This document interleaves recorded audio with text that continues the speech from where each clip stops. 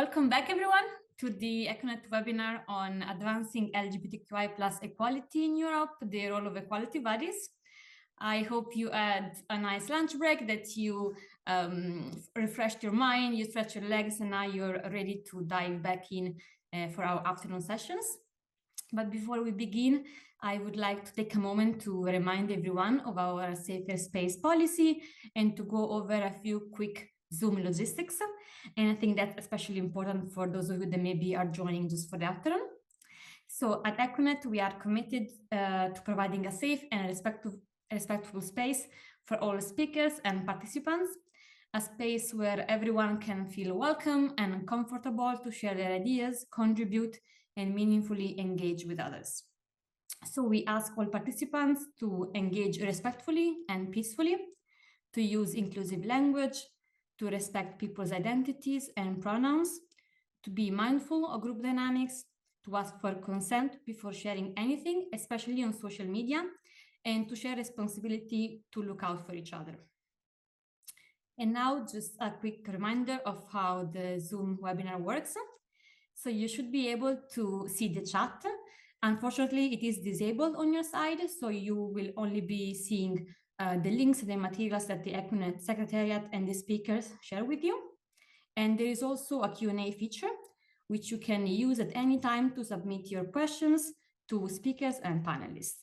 And during the Q&A sessions, we will select some of the questions to be asked live, while others may be answered directly in the Q&A box. Also, please note that any comments or questions that are spreading or inciting hate or go against our safer space policy will be removed by the Equinet staff. And finally, if you haven't already, please take a moment to rename yourself by clicking on more or the three dots next to your name, and please include your full name, your pronouns, and your organization and country if relevant. Now, before we start with the afternoon sessions, I want to briefly recap what we discussed this morning. So this morning, we heard multiple times that LGBTQI+ equality is at a crossroads, and especially that we're now living a paradox. So on the one hand, there's been progress, for instance, a rise in acceptance of LGBTQI+ persons, or for instance, some key judgments, such as judgments from the Court of Justice or the European Union, which expand the protection and fill the legislative gaps when it comes, for instance, to the protection of gender identity. But on the other hand, discrimination remains widespread, and in some cases, and for some communities, it is on the rise, and anti-LGBTQI+ violence and hatred is also growing. We also discussed how discrimination remains widespread, especially for trans and intersex people, who are facing the highest percentage of hatred, violence, and discrimination, and also for people facing intersectional and multiple forms of oppression. So once again, we were reminded that it is fundamental to tackle intersectional discrimination. Also, of course, we discussed the role of equality bodies and how equality bodies are key actors when it comes to advancing LGBTQI+ equality and LGBTQI+ rights, despite some challenges. And particularly, we discussed also the role that equality bodies may have when not having an explicit mandate to cover SOGIESC grounds.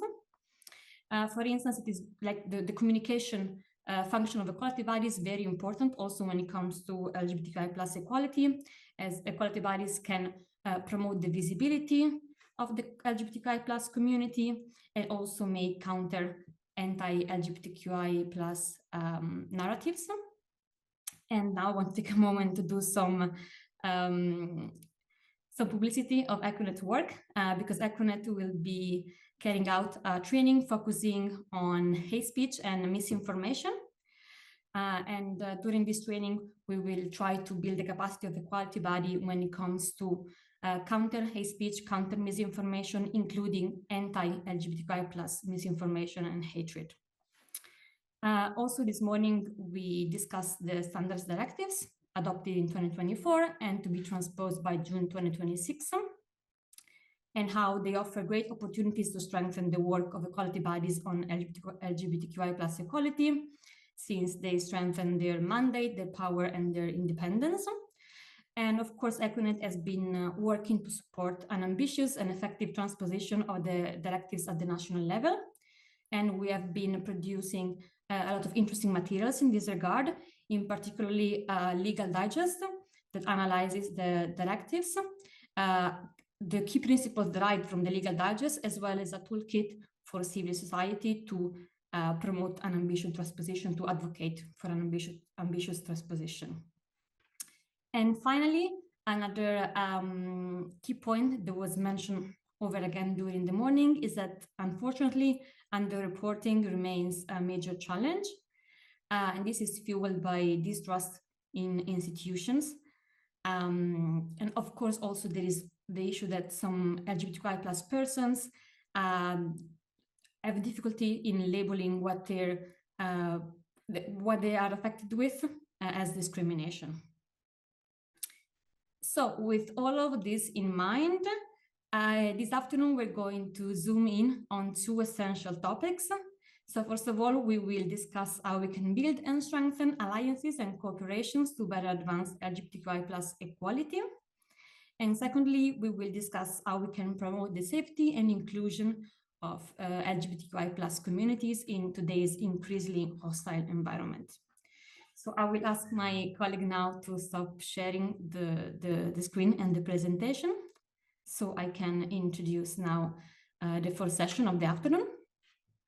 So one of the key objectives of both the Equinet report and of today's webinar is to strengthen existing collaboration, but also sparking new ones between equality bodies and other key stakeholders for the common goal of advancing LGBTQI+ equality. We really think that by working together, we can better protect and promote the rights of LGBTQI+ persons in the national context.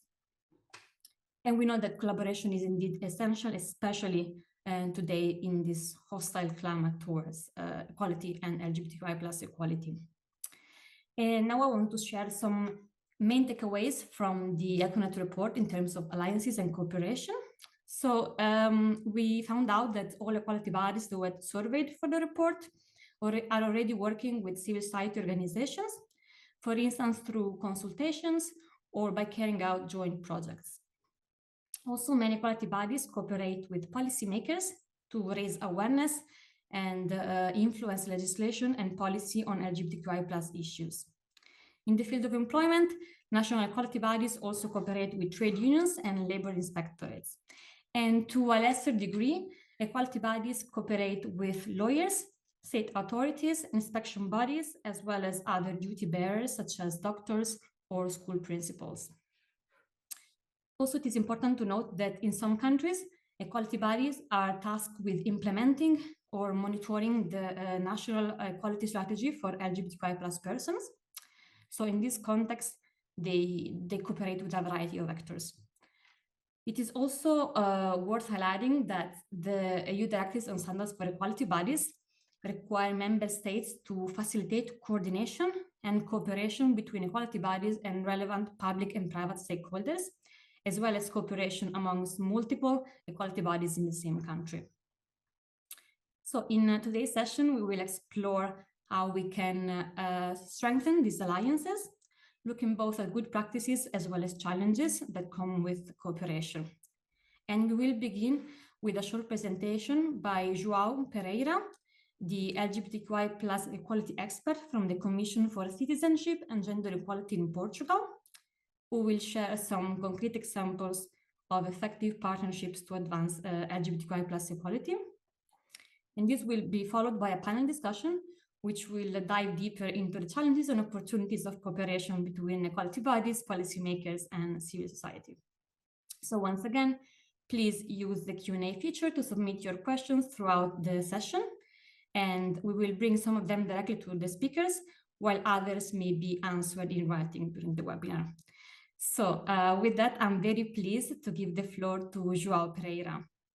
As I was saying, it's a very minimal presentation, but I hope this could give you a general overview on our work, on SIG's work on the field of protection of human rights of LGBTI plus persons. So what is SIG? SIG is the national mechanism in charge of the gender equality, meaning also gender equality strategy. And currently in Portugal, the strategy is framed in the National Strategy for Equality and Non-Discrimination 2018-2030, in line with the Sustainable Development Goals. And it comprises 3 action plans: the National Action Plan for Equality between Women and Men, the Action Plan to Combat Discrimination on the ground of Sexual Orientation, Gender Identity or Expression, and Sex Characteristic, which is what brings us here, and also the National Action Plan to Prevent and Combat Violence Against Women and Domestic Violence. I would like also to highlight the fact, because SIG is among the equality bodies that doesn't have a clear and a legal mandate on SOGIESC grounds. But despite this fact, we have a clear mandate on the promotion of equality on the grounds of SOGIESC. And this legal mandate drives us to be the body in charge of the implementation of the National Action Plan, which means the National SOGIESC Equality Strategy. And it's precisely within this scope that we have our main actions, which also corresponds to public policy measures. Our main actions on cooperation with a diverse range of stakeholders, from the public to the private sector, including civil society organizations. So from the entire range of stakeholders, we brought here 3 main actions that I would like to share with you. But as you can see on the bottom of the page, other ongoing actions of cooperation with other stakeholders that we are now carrying on. And by the way, if you have some, if you would like some more information on this, of course we are happy to share with this. But on the main field of cooperation with stakeholders, we would like to highlight a cooperation with the Ministry of Education and in concrete with the Directorate General of Education, that led us to the launch of a publication for schools, so targeting schools professionals, teachers, and other professionals, named The Right to Be at Schools, Guidelines for Education Professionals Towards an Inclusive School. And what does this mean? This means that our guidelines intended to give guidance to teachers and other professionals on how to identify, prevent, and act when they are facing bullying towards LGBTI, or bullying based on SOGIESC grounds, bullying towards LGBTI plus students, etc. This also, the guide also gives guidance on the application of our legislation on the rights for the change of name and sex, which is legal gender recognition based on self-determination, mandatory also for schools. And the guide also brings some measures that teachers and other professionals should address at schools, like using social names of students, like in all registries and in all moments of the student's life, the managing issues like toilets or cloakrooms, etc. So respecting self-determination of LGBTI plus, in this concretely trans students. Within this guide, you can see a small picture of the cover. We already launched a capacity building strategy So this means that we are currently training mainly teachers. We started with teachers, so this is a partnership with Directorate General of Education. And it's an ongoing strategy that we intend to have positive results in the medium long term. Another experience we would like to share with you, but this brings us to an experience with another public area, with the Ministry of Home Affairs. And this is the long-term capacity building strategy to train law enforcement officials on policing hate crime against LGBTI persons. It's mainly based on the Portuguese adaptation of the Council of Europe training manual that the Council launched in 2017. So this capacity building strategy started in more or less in 2019. Then it had an impact from the pandemic, during the times of pandemic, but it's currently undergoing. Just to share with you, I will have a session this Wednesday with police officers precisely on these topics. So it's an ongoing strategy that involves a diverse range of stakeholders from the Ministry of Home Affairs, because we have diverse police, so security police, the National Guard, and also the Borders Police. And this training, this long-term capacity building strategy involves also civil society organizations, because they are also foreseen to have a clear role on the manual, as giving visibility and bringing proximity. And one of our main works under this capacity building strategy is precisely to combat the underreporting, which is also something that we suffer. The underreporting in this case of crimes against LGBTI plus persons. At last but not least, a different kind of cooperation with stakeholders. This time in a more European dimension. So this came from a European Union funded project, so a cooperation with Spanish authorities, universities, and public and private companies, precisely addressing the management of LGBTI diversity in the public and private sector to advance diversity and equality in the workplace. From this project, we had a series of videos and leaflets that we are still using with companies. And currently, we have one funded project with a Portuguese NGO working on this field that we are closing following the outcomes, because this is something also that it's included in our public policies strategy, the work with companies and the equality in the workplace. I don't want to take much more of your time. I think with these three examples, I gave you an overall perspective of our work with, I did not bring all the stakeholders. You cannot see all of them here, but the work with municipalities, sports federations, with the health sector is also important for us. So feel free also to address any questions in case you have. And thank you very much. Thank you very much, João. This was very interesting. Thank you for showing us all the different ways in which equality bodies can cooperate with the other stakeholders. And I think also it was very important to hear from you, because this morning we mentioned how even when equality bodies don't have an explicit mandate, they can still leverage their capacity, their competences to make sure that they promote the equality of LGBTQI plus persons. So thank you very much once again. And now I will give the floor to my colleague, Tamas Kadar, co-director of Equinet, to moderate the panel discussion on how to better create alliances and cooperations for LGBTI plus equality. Thank you very much, Chiara, and hello, everyone. I was properly introduced by Chiara, so you all know I also work at the Equinet Secretariat. And I was given the honor and pleasure to chair this panel.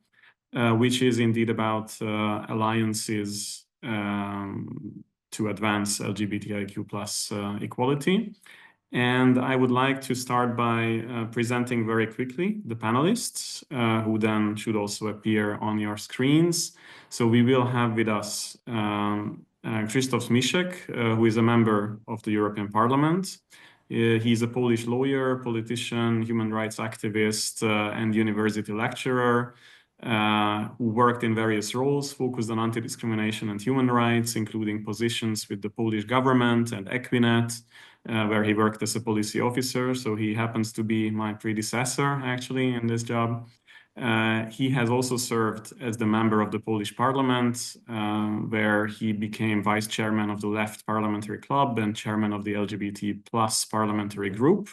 And then in 2024, he was elected as a member of the European Parliament, where he works in the Libe and Juri committees. Next, so welcome to Krzysztof. Next, we have with us Marin Ultri from the European Disability Forum, who is a human rights policy coordinator at EDF, the umbrella organization of persons with disabilities in Europe.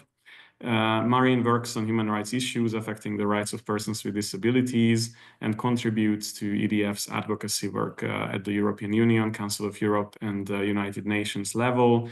And I also have to add, we work quite a lot with EDF and Marin in particular.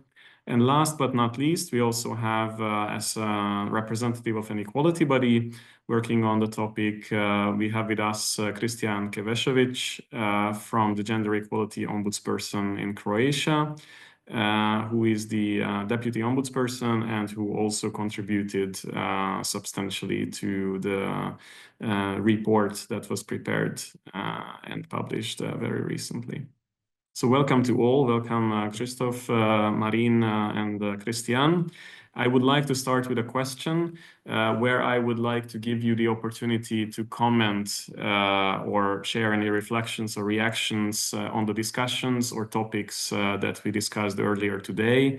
And I think even if you were not there in the morning session, there is a lot to comment on. So just in case you want to have 3 minutes, we discussed, as Chiara presented, about equality for trans and intersex persons, about the legal framework and the role of equality bodies in it, and about generally the paradox of progress and backlash on LGBTIQ plus rights at the same time.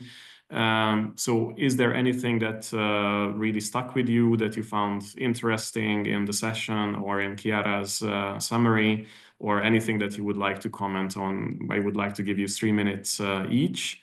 And I will give the floor first to Krzysztof. You unmuted, but then it went on mute again, Krzysztof.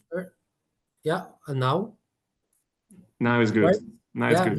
Okay, hello everyone. So happy as usual to participate in Equinet's events. I'm like really honored to contribute to your discussions. I'm very also sorry to be a reason of rescheduling a bit of your agenda, but I think the reason is quite important. In 45 minutes or even less, we will have an exchange with Commissioner Labib on withdrawal, a proposal of withdrawing the proposal directive on horizontal equality directive. So I'm a shadow rapporteur on behalf of the Socialists and Democrats of this directive. So I'm very sorry, but I will need to disappear in a while. So without further delay, well, what is really important from my perspective, what has been discussed so far, but also when I was preparing myself to contribute a bit to your seminar, I was like thinking like what could be the role of equality bodies in terms of creating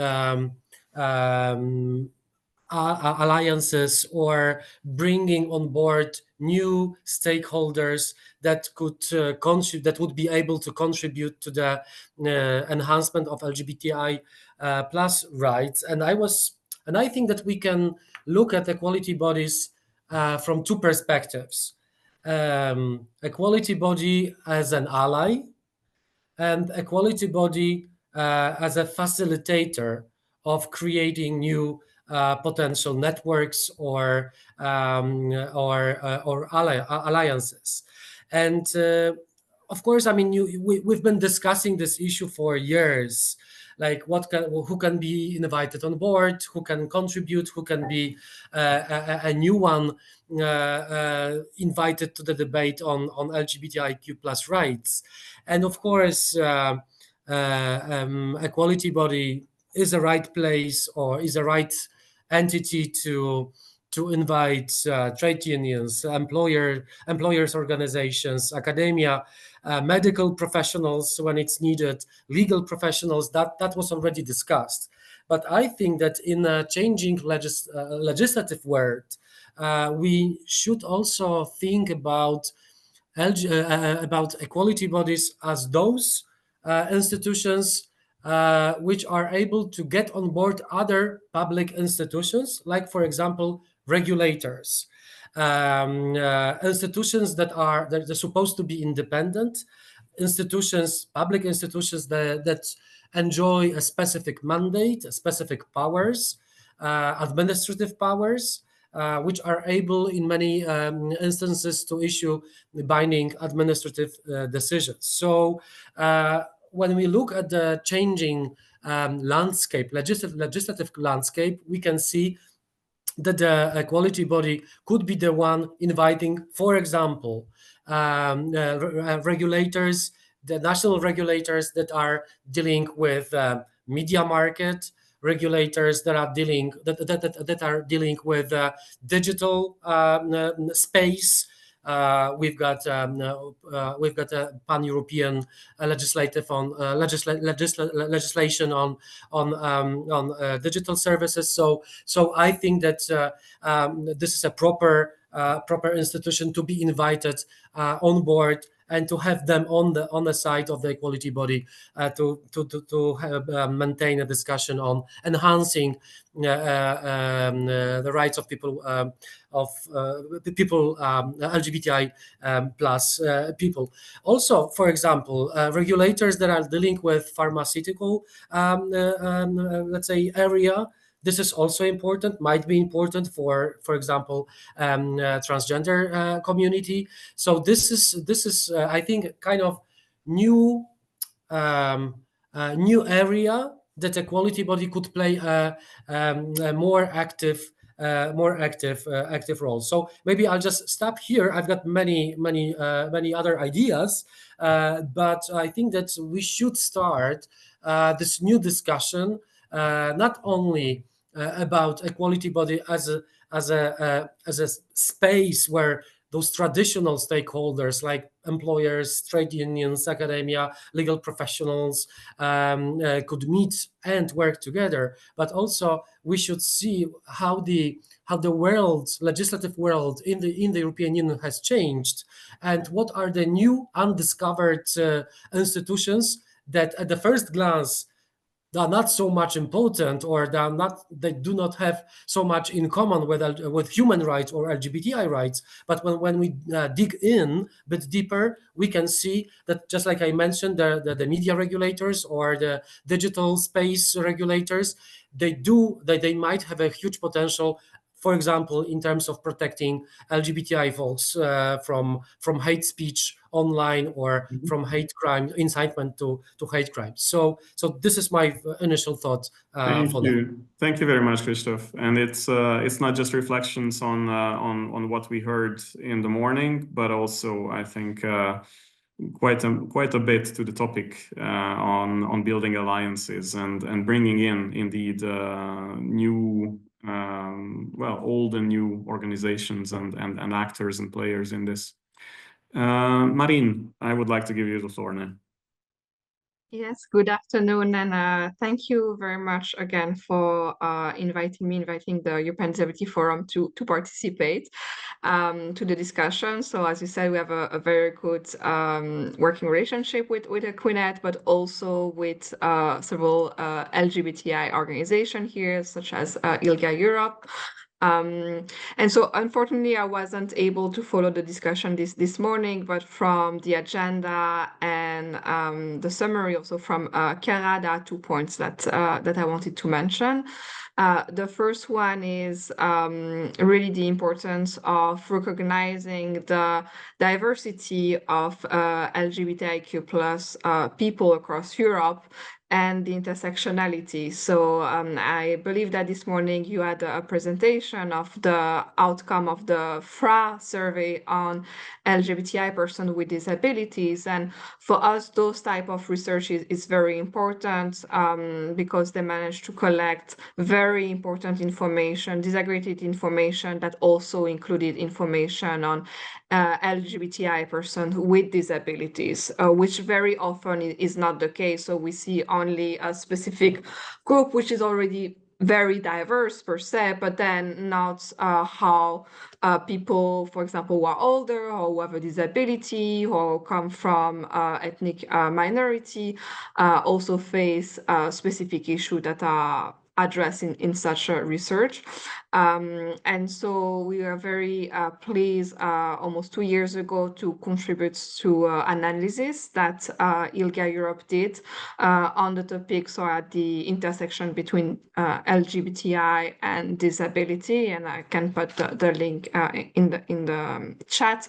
But really to highlight the importance to address diversity and when we talk about those issues, and then how to address intersectionality. So another thing that I believe has been addressed is the legal framework and also the gap that we do see in the legal framework, both at EU level, where we do not have equal protection against discrimination for persons with disabilities, for persons part of the LGBTI community. So that's something that we do have in common, and we advocate together for better legal protection against discrimination, but also the lack of enough sufficient protection also against intersectional and multiple form of discrimination. So actually a couple of weeks ago, I heard from another colleague from Equinet that finally half of the EU member states had legal measures that were addressing intersectionality. But then I also was a bit concerned that it's only half of the EU member states that address intersectionality within the EU, which is a very important gap that we still have. But I also wanted to highlight, which probably have been highlighted this morning, is thanks to the Directive on Standard for Equality Bodies, there are also this intersectional approach that is encouraged, especially when it comes to awareness raising, prevention and promotion of discrimination. And we do believe that it's extremely important, and it's really open like new doors for some equality bodies that maybe were less addressing intersectionality in their work. That is something that is very important, and also from our side at EDF, that's really something that we encourage. So maybe it's something that will be addressed in other questions, but there is really a role for equality bodies in relation to this, how to address intersectionality. And I will stop here. Thank you. Thank you very much, Marine. And indeed, I think it's brilliant that it's unlike maybe 10 years ago or so. It's not surprising that we have EDF at a webinar about LGBTIQ plus rights, and it should be the case because we all have multiple identities, and that is very important to speak about that and to represent that. And indeed, the gap in legal protection is there at the European level, but we're all happy to hear that Christoph is going to go and solve that issue in the afternoon, right after this webinar. Christian, your time now. Hello, good afternoon. Greetings from the Office of the Ombudsperson for Gender Equality of the Republic of Croatia. Thank you very much for the invitation. We appreciate being a part of this discussion. Unfortunately, I was also not in a position to participate at the discussion this morning, so I joined only for the afternoon. But as soon as Chiara during the summary mentioned the word paradox, I immediately recognized the Croatian situation in the world, because you know, the level of human rights is really something that has been changed within last few years, and what we as an institution thought that was solid as a rock like 5 years ago now is under question and dispute. So now we are challenging actually the situation that the people challenging the human rights of LGBTI persons actually developed a new tactics how to undermine the human rights. And it seems that our response is also about developing tactics how to respond to these challenges. And to be brief and to sum up, that's why we see the building alliance is very important within this approach. Thank you. Thank you very much, Christian. I think this is a beautiful segue into the topic of this session specifically. So, if you would like to continue and maybe mention which are the key stakeholders that your organization, your equality body, engages with in the work to advance LGBTIQ plus equality, and what are some of the main challenges that you face in collaborating with them? Yes, sure. Well, we have become aware for some time that that there are some very important areas where success can be only achieved by interagency approach and cooperation. And sometimes it is about building prevention, which is much easier, and sometimes it's about proper reaction, which is sometimes very challenging and problematic.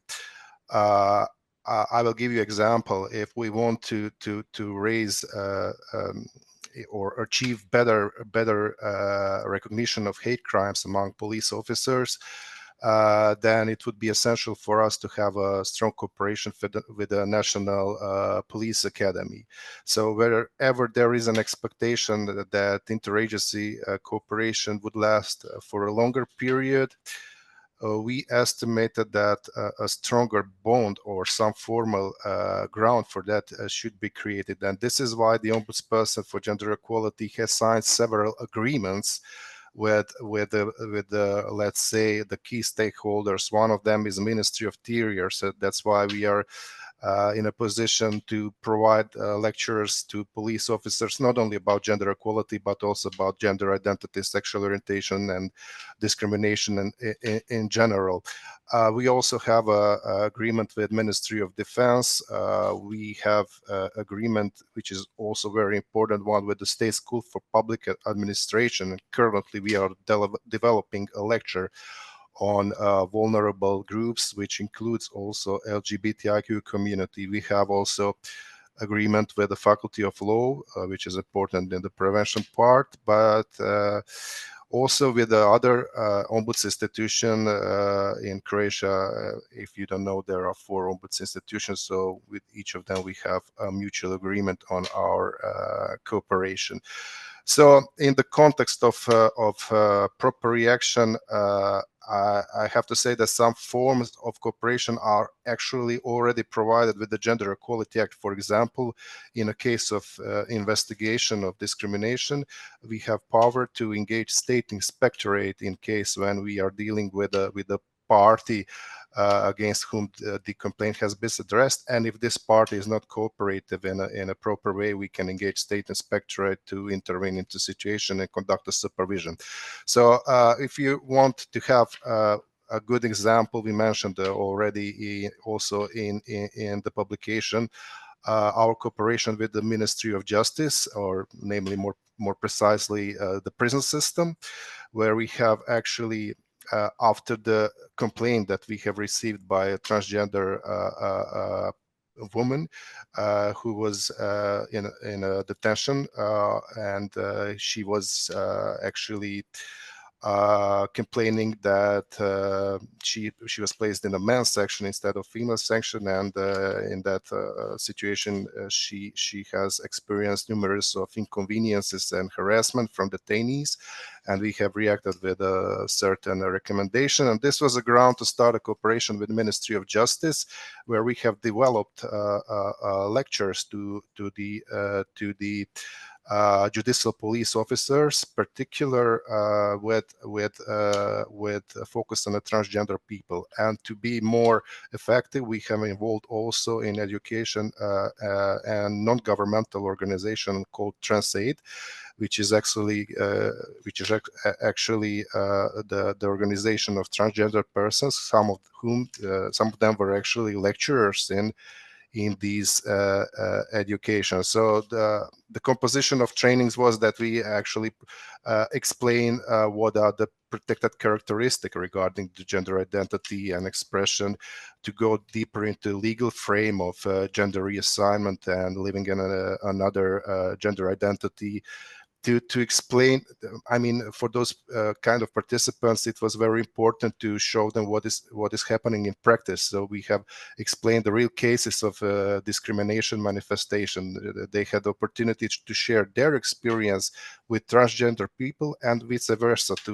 They can also they had a position to make a discussion with police officers, and also police officers make discussion with the transgender people, so they could have questions for them all the way from how to communicate, because Croatian language is very gender sensitive, so you have to be careful when you communicate with transgender people. They could discuss about adequate treatment and develop a better understanding of their needs. So the treatment of transgender persons actually have been improved in the prison system. And for example, not only on the level of treatment by the police officers, but also in a systematic way. For example, in 2024, one of the prison, a female prison, actually built a completely new cell for a transgender person, and during the day, the transgender woman actually spent the day with other detainees, but had its own cell with a bathroom, with toilet, and that's something that we concern as a really improvement. On the other side, there are still some challenges. We are all aware, and in the preparatory material we have seen also, it was mentioned several times, that we are facing the times of increased intolerance, and here we're having a problem very much with the rhetorics developed by the conservative media, and we have reacted several times, but we have a poor reaction from the agency for electronic media. We did analysis and submitted over 300 articles that were basically discriminatory by itself, or encouraging discrimination, but not to our surprise, the agency determined that this was not a discrimination, and their eventual direction would actually be a censorship. At the same time, the Croatian Journalists Association and the Croatian Journalist Ethical Council, for the same articles, determined that this was discriminatory. So you have this paradox, and this is a place where we need to develop new alliances in order to somehow put a pressure on agency to approach with the interpretation of law that is more contextual. And we are doing this. We have a good relationship with the Parliamentary Committee on Gender Equality for this issue, but we are also trying to put some legal pressure through the State's Attorney Office and courts. Thank you very much, Christian. Very interesting, and I think it shows very clearly the paradox that was mentioned and that you started the presentation with. Indeed, there are success stories of cooperation. There are others who are more reluctant, and in general, in terms of the reaction as well. The example that you mentioned, where the journalistic body reaction was quite different to the audiovisual regulators' reaction. So thank you for that. Krzysztof, You gave us already some very interesting ideas in terms of who equality bodies should cooperate with, and how they could sort of nurture new alliances and bring in new regulators to the fight against discrimination and for equality. I also wanted to ask you, how do you see the role of equality bodies changing as a result of the new directives on standards for equality bodies, and in particular Article 15 of it, which stipulates that equality bodies must be consulted as part of any legislative and policy-making processes which are relevant for equality. You have experience as a parliamentarian, you have experience having worked at Equinet, at Equality Body. So how do you think this will change the whole landscape of legislative and policy work? Well, I mean, it's a great question, and it's rather a question for those who work for equality bodies now, because I mean, from my I just can speak on based on my experiences, and now we've got a new legislative framework that enhances the role of equality body in a, let's say, institutional architecture on human rights. So, but well, I mean, to my mind, first step is to make equality body more visible. I mean, I know the situation from my country, from Poland, that sometimes when there is a draft of law, or where there is a proposal to introduce some legislative changes, everybody is I mean, the government, the parliament is so much focused on this traditional institutions to be consulted, like, I don't know, trade unions, or all those traditional social partners. And sometimes, equality bodies are forgotten to be consulted. So first of all, but this is a strategic work for equality bodies, to remind once again to everybody in a public sphere, also between the NGOs, that equality body exists, or equality bodies exist in this country, in the respective country, and you need to. It could be good to keep on reminding all the public actors that you exist, and sometimes you are forgotten to be consulted just by accident, just by a mistake. Somebody didn't think about it in the government or in the parliament, but this is at least a case of Poland during the populist regime of the last 8 years, that the equality body was forgotten on purpose, to be consulted. So, so to my mind, one of the main tasks for the equality body is to not to let the public sphere forget about you. You need to be vocal. You need to take part in a public debate. You need to be also proactive. I also know that there are different traditions in different member states. That equality body is rather reactive when receiving cases or reports. In some cases, in some instances, in some countries, equality body are more proactive and more visible before something bad happens. So, to my mind, especially during this sad wave of populism and anti-LGBTI sentiment around Europe and around the world, I think it is even more important to be brave enough to remind all the public sphere that you exist, and you've got mandate, you've got powers to be vocal about certain issues. Definitely, your obligation is to be vocal about LGBTI plus rights. So this is my, I mean, like a bit political assessment, you know, maybe it's not a legislative assessment, but from my point of view, this is a political assessment. And, you know, I'm just like I said, I'm talking on based on my experiences in a times where LGBTI rights, but also equality body were one of the targets of the political powers that, you know, put very high on the agenda, governmental agenda, the hate and, you know, all the arguments against enhancement the LGBTI rights. So this is kind of advice from a guy from you know, like pure political sphere, that especially when LGBTI, especially in these times when LGBTI rights are so much attacked, so you need to be more more vocal, and you need to be more proactive. In also, it also works for the LGBTI community, you know.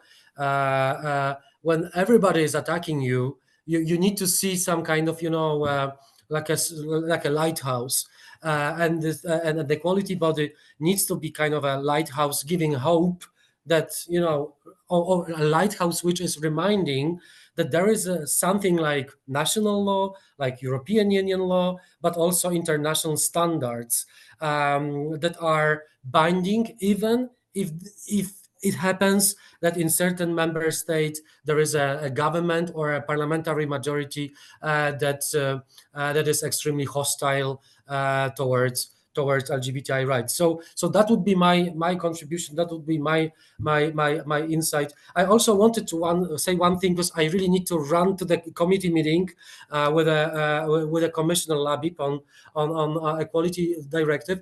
I know it's not a new thing, which I am going to speak about for just 30 seconds, but I think that there is a time to use once again the tool that I think, or I thought until recently, that it's a bit old-fashioned. I'm talking now about strategic litigation. I know we talked about it like 20 years ago, and it worked very well 20 years ago. But I think that in these turbulent times, we need to think once again how strategic litigation can benefit to once again to the enhancement of LGBTI rights, because we see that many governments, or more and more governments, are quite reluctant to pass new laws on protection against discrimination. So I think that we need to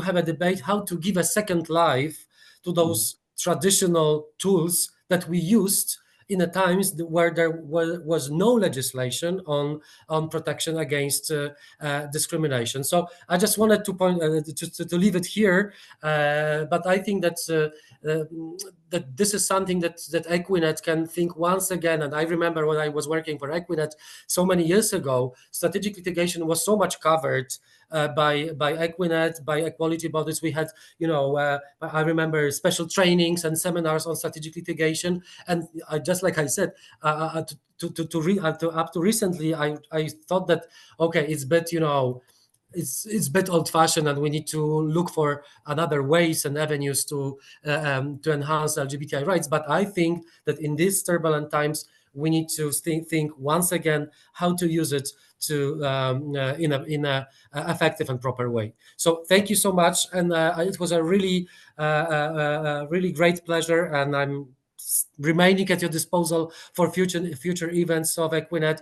But you know, my task is now to fight against the European Commission, you know, to get the withdrawal of the decision on withdrawing. So fingers crossed for the rest of the seminar, and thank you so much for having me. Thank you, Krzysztof, and I understand you have to leave now, so thank you for your contributions, and good luck at the LIBE meeting, and let us know how it goes. Also very interesting to hear about your idea that strategic litigation could be you know, brought back on top as a priority. Of course, this is something that we continue to discuss at the level of Equinet. I think that I will be very interested to hear contributions from others as well on this. I see some clear advantages, but also, of course, some difficulties and challenges, because we have seen some precedents which are good precedents coming from the European Court of Human Rights or the Court of Justice of the EU, for instance. But from national courts, highest level national courts, we have also seen some negative judgments, which can make it very difficult. If it comes from the Supreme Court, for instance, it can be very difficult to overturn. But thank you once again. And now I would like to turn to Marin. And of course, a very logical question is when it comes to alliances, we see that all equality bodies cooperate with the CSOs already. So how do you see the role of equality bodies in protecting the rights and ensuring equal treatment of LGBTIQ plus individuals with disabilities? And how do you see the cooperation with EDF and your members in this? Yes, well, thank you very much for this question. I think it's very important.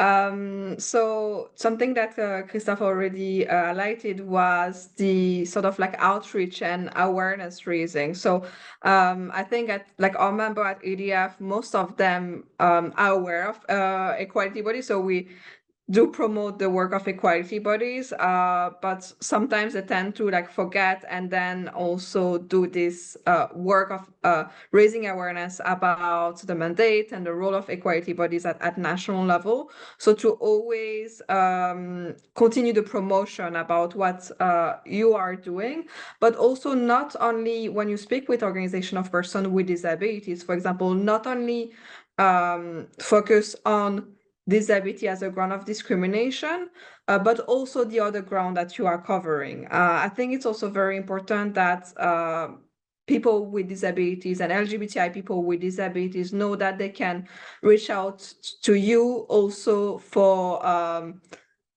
other like ground of discrimination. And also something that is very important is when it comes to reporting, because we see like a lot of underreporting, that all those processes are accessible to a person with disabilities. So someone with a disabilities might want to report on discrimination that is related to their sexual orientation and not the disability, and that process needs to be accessible to them, because otherwise they will only feel that they can bring disability-based discrimination. So that's one point that is very important.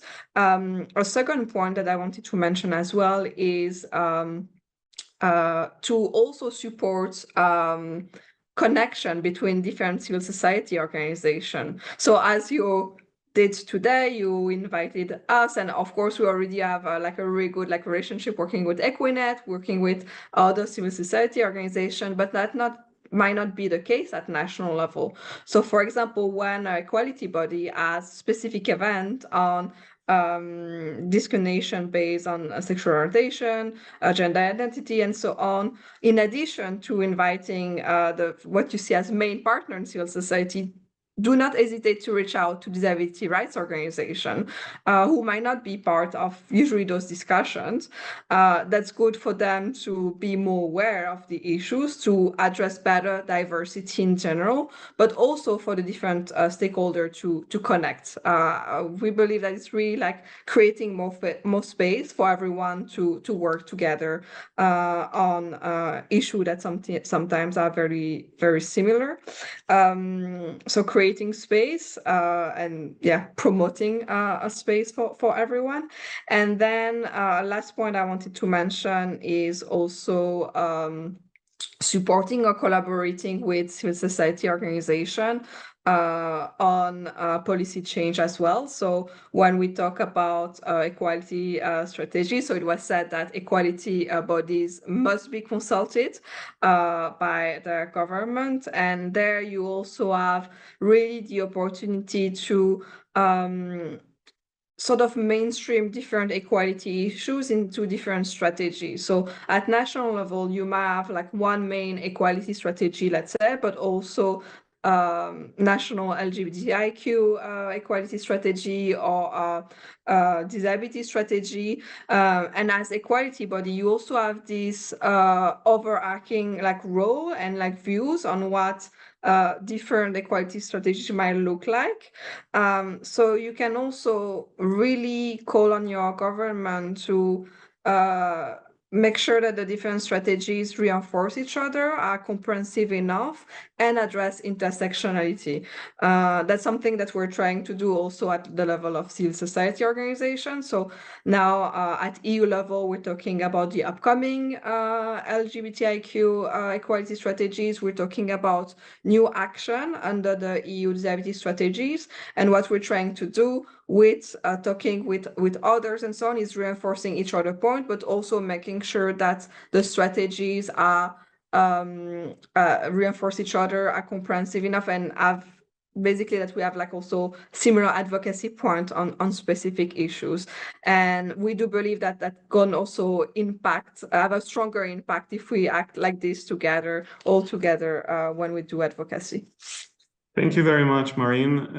Indeed, I think that all your points, from the very practical ensure accessibility for every complainant to being inclusive and working together and making sure that both at the policy level and at the practical level we are thinking of the different intersections, again back to intersectional issues, and making sure that we have similar approaches, and well, in that I think it's also again some self-promotion for Equinet. We have done a paper last year on where we think the new equality strategies should go, and having a sort of a horizontal or umbrella strategy on equality, or at least a horizontal chapter in each of the strategies, which are pretty much about how the different strategies are talking to each other. That was one of our suggestions. So I think that it's definitely something that we absolutely can agree with. Now, I would like to now have just one last round with the two of you, since Christoph had to go and fight for the future of the horizontal directive. So coming back to that topic, just because I'm too afraid of attacking the issue of building an alliance of the willing to reestablish LGBTIQ+ equality in Hungary, which was a question in the chat or in the Q&A. I would rather look at or ask you to think about what can we do if the horizontal directive is indeed taken off the table and is withdrawn. So I think it's interesting that we have you, Marine, from a European level NGO network, which would be directly affected with this withdrawal. And then you also have Christian from the national level, from a country which, as far as I know, pretty well covers already the grounds and fields which are in the horizontal directive. So just maybe 1-2 minutes each, not more, please. Do you have any ideas on the way forward for EU legislation on equality? Marine, I ask you first. Yeah, that's a tricky question, I would say, because we're still trying to discuss that within our organization. But of course, that's real priority for us to sort of assess what can we do, what are the next steps, because yeah, most likely that piece of legislation would be withdrawn. So one thing that is really clear for us and for our members is, of course, supporting advocacy at national level. So filling the gap at national level for countries who do not currently have such legislation. And then at EU level, it will be really assessing which other instruments or tools can be used to cover the gap, whether it's enhanced cooperation within member states, whether it's going to be a new proposal, although we do not see how the Commission would propose something new at this stage. But to be completely honest, we're still sort of thinking, and I think it would be extremely important that we continue speaking all together about this. I don't think that like EDF really want to hear from others in terms of their views, because I think on this it's only if we really act all together that we might have results. I'm being very honest at this stage. I mean, we have little hope, but at the same time, we're sort of like fighting till the end. So like today we published some letters that our members keep sending to their government in blocking countries to try to change the view of the government. Although we know that I mean, at this stage, it's not going to block anything, but we're still trying this, and then also work with member at national level. And then, discussing all together what the next step will be. Okay, thank you very much. Yeah, I think not giving up, but also focusing at the national level is quite interesting. Christian, do you have any comments? Well, as you have mentioned, the legislation more or less covers all that horizontal directive should bring in to our system. We have actually 2 acts in force that cover 17 different grounds. So in that course, I don't think that horizontal directive would have much impact on our system of anti-discrimination. I remember that during last 10 or 12 years, I have been every 3 or 4 years called to approach to this issue again and again, but every time after some initial discussions, the horizontal directive has been withdrawn for some reasons, and this is the situation that we have at the pipeline for like, I don't know, 13 or 14 years almost. So from that point of view, it seems maybe a little bit like an obstacle for some other improvements, if we could reorient it to something else maybe. But of course, I understand that for many countries this is very important, so we are fully supportive in this way. Okay. Well, thank you very much both. And of course, also Krzysztof, who had to leave in the meantime. And with this, and with apologies for a bit of delay, I'm thanking you very much, and then handing it back to Chiara. Thank you. Thank you. Thank you, Tamas, and of course, thank you to our great panelists. This was a very insightful discussion. With so many inputs also for Equinet. Like I found it very interesting, like that both Krzysztof but also Marine seem to have this idea of equality bodies as being actors that could bring together other actors. And also Krzysztof was mentioning new actors that are now part of the equality framework, kind of because of the new developments in EU legislative framework. And of course, Equinet has been aware of that and has been also cooperating with new actors recently. So, for instance, I'm thinking about all of our work when it comes to the EU AI Act. So, in that case, also we are working to bring new connections between equality bodies and national actors that could help bring equality and quality perspective into the AI tools and algorithms. So now we can move to the next and last session of today's webinar, which is focusing on the safety and inclusion of the LGBTQI+ community in an increasing hostile environment. And we are all aware that across Europe and beyond, we are witnessing an alarming rise in anti-LGBTQI+ hate, misinformation, as well as targeted legislative attacks towards the LGBTQI+ community. And in some cases, public figures such as politicians and institutions also are using harmful languages to fuel division and portraying LGBTQI plus people as a threat to the so-called traditional values. And this, of course, creates a climate where hate speech, violence, and discrimination becomes normalized. And we've seen these trends in countries like the US, with an increase in backlash against LGBTQI plus rights, and in particular the rights and the safety of trans people. But we also see it in Europe, with many examples going from the wording trends in anti-LGBTQI and hate in Georgia, as well as the banning on pride marches in Hungary. Both talking about my home countries, in Italy, there's been a growth or a new wave of hate towards the LGBTQI plus community. So in this last session, we really want to dive deeper into this growing hostility towards the community and discuss how equality bodies can further stand up for the dignity, inclusion, and equal treatment of LGBTQI plus people in this climate. So we will begin with 2 short presentations.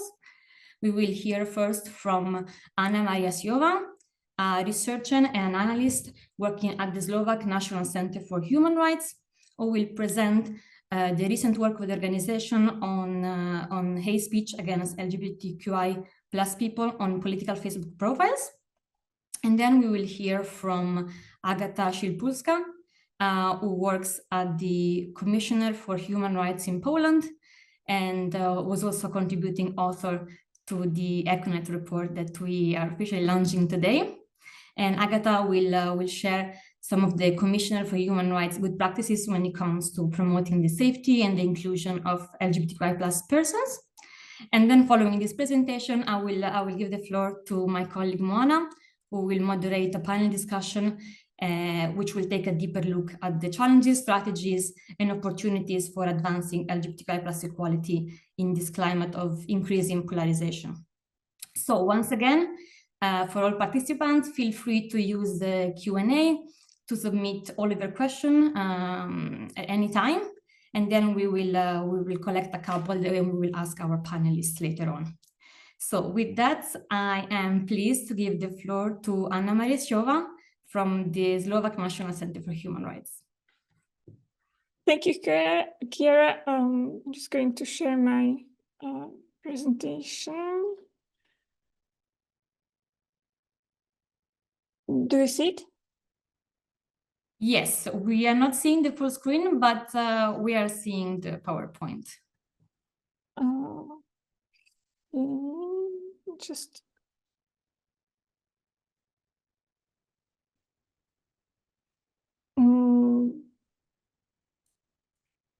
okay, I think I just continue with this one.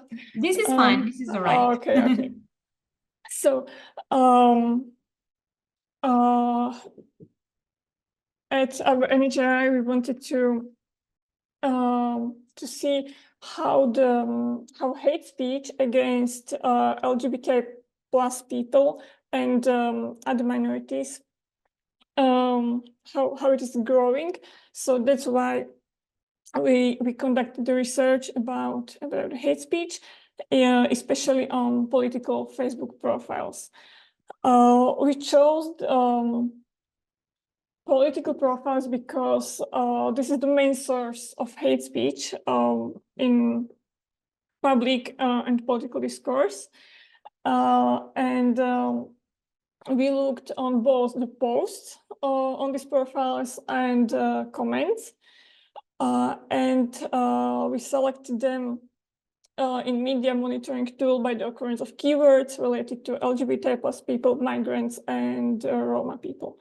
And we used a broad definition of hate speech based on the definition of European Commission against Racism and Intolerance, because the definition in Slovak Criminal Code is not sufficient and doesn't cover all forms of hate speech. And who is the main source of hate speech in Slovakia? We found out that out of 10 profiles of 44 we studied, 4 of them belong to members of government, or the current government, including our Prime Minister, and two members of European Parliament for a far-right party. So as you can see, it's really not some marginal thing on political spectrum, but it's basically mainstream in our current political situation. And about the context of the hate speech, it's usually some mockery, explicit insults, but also dehumanization, and it's basically a part of a political strategy of some politicians or political parties. And this results to the normalization of hate speech in the society, and especially during the current situation in Slovakia.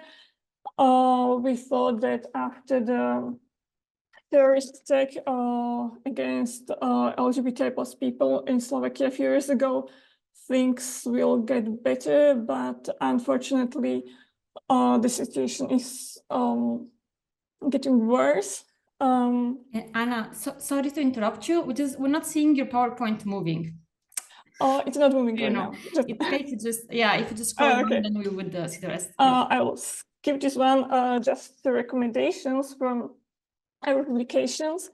We recommended to our parliament to implement international recommendations to Slovakia and to broaden the list of hate speech victims in criminal code, because currently only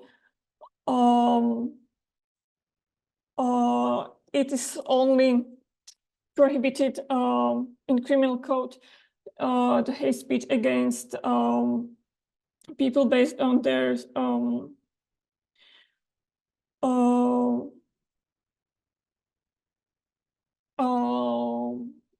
I'm sorry. Based on sexual identity, but it doesn't protect, for example, transgender people, intersex people, or bisexual people. They can only solve the cases within the civil code, not criminal code. It is also very important, and it was already mentioned today, that it to create a safe environment for victims of hate speech. We are currently preparing a project with NGO working with LGBTI+ people to create a tool when they can report hate speech. And of course, since we are in the environment of social media, we recommend it to regulate discussion on social media, and of course to prevent hate speech, although we know this is likely not going to happen. I will stop here, and should you have any more questions about our research, I will be happy to answer.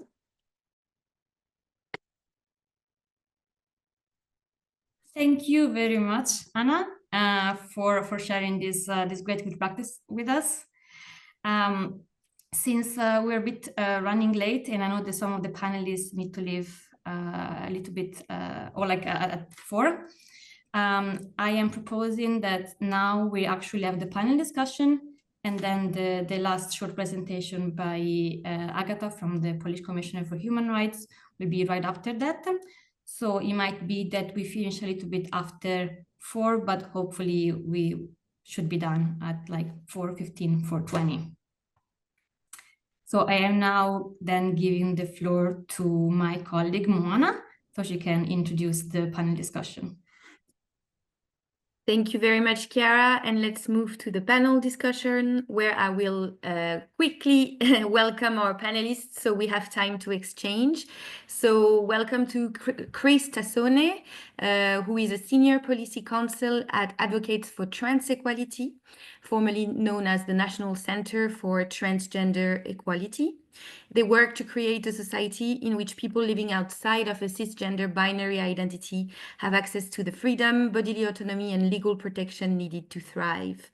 Welcome as well to Keenan Russell, from ILGA Europe.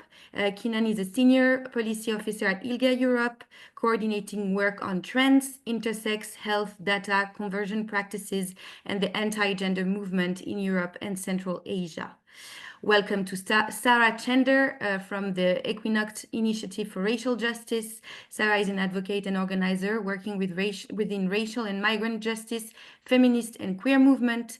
Sarah is director of the Equinet Initiative of Racial Justice, a queer, racialized-led organization with a vision for creating societies of care and protection. And finally, welcome to Ilaria Tode from the Euro-Central Asian lesbian community. Ilaria Tode is a lesbian activist, actively engaged in feminist and LGBTI struggles from a very young age. Ilaria started out as a grassroots activist and community organizer, then has taken part in different capacities in the national struggles and advocacy efforts of the Italian and international lesbian and LGBTI movements. It was quick because I want to move quick to the topic of this panel discussion. But first, I want to give already the floor to Chris Tassone, who's going to present the situation in the US and the very recent worrying developments there. Chris, I give you the floor. Thank you so much, Moana, and thank you so much for having me here. I will try to be brief out of deference to my colleagues' time. In the US, it's been about 112 days since our new president has taken office. And for a lot of us, it can feel like the end of the world because in the US, I think our culture of exceptionalism and our culture that is a little ashamed of our history and our past makes us particularly vulnerable to the type of thinking that makes us believe that this kind of oppression of human rights couldn't happen in the US. And so I think that has made it more fertile ground for these things to be happening. But what we have been seeing from this new regime in the government is an increasing criminalization of trans people, an increase in policing of trans and other vulnerable populations, the dismantling of our constitutional protections, and an erasure of trans people from public life and a refusal to protect people. And so here we really see the actions that the government is taking are specifically targeted to create an environment of not only increased government violence, but also increased violence in the populace to purge trans people from society. And at the moment, it is very much focused on the trans and non-binary community. It will not stop there, but because the gay and lesbian and bisexual community has been a little bit more normalized and accepted, we are very much seeing these attacks specifically on trans people.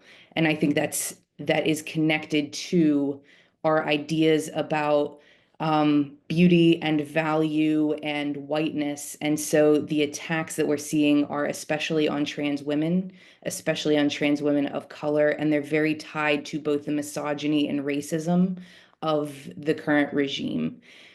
So some of the things that we've been seeing is in the very first day of Trump's presidency, we saw executive orders that attempted to redefine gender and redefine sex, going against all scientific knowledge and information, but saying that in an effort to protect women from dangerous ideology and to protect our women and girls, we have to define gender as being something that doesn't exist and is the same in all government documents as sex, and that sex is a biological reality that encapsulates only men and only women, and that is determined by the sex you were assigned at birth. And so that is now being written into all of the government laws and policies. So that has a lot of impacts and is the way that they are enforcing some of these changes and mechanisms. So the first thing we saw is passports being denied.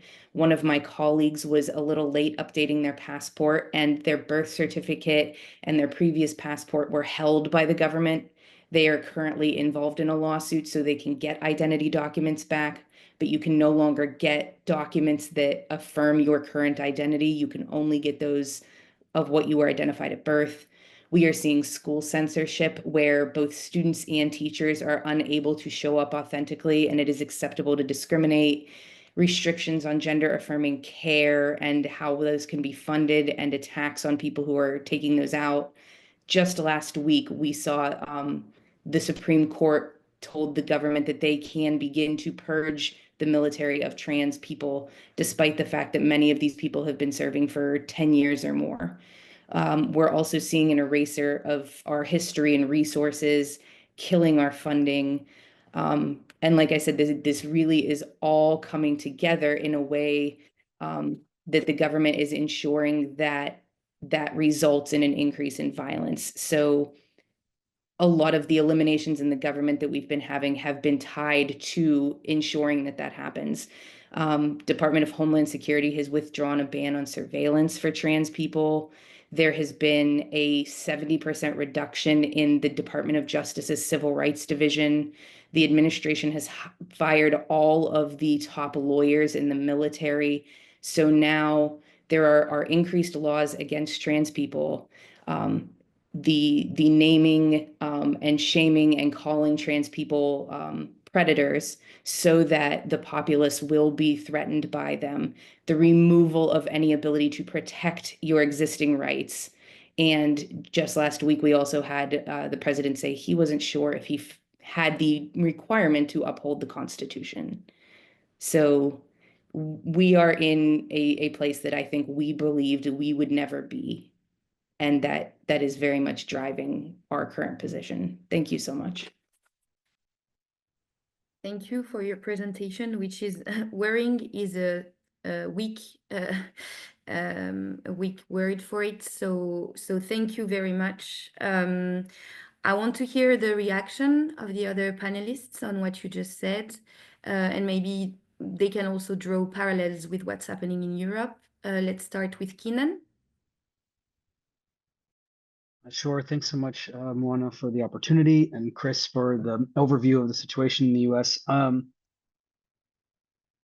We've seen isolated pockets of the same kind of anti-trans agenda in Europe since before Trump's second term, and with really astounding success in moving legislative and policy efforts in the same direction. Though there's a clear link between sort of political consolidation of power and the ability to do that. So we've seen it in Hungary and Russia, more recently in Bulgaria, Romania, and efforts in Slovakia, Latvia over the last couple of months to do similar types of things, as well as the current developments taking place in the United Kingdom. All of that it's very easy to sort of draw the relationship between the desire to consolidate power in the hands of a few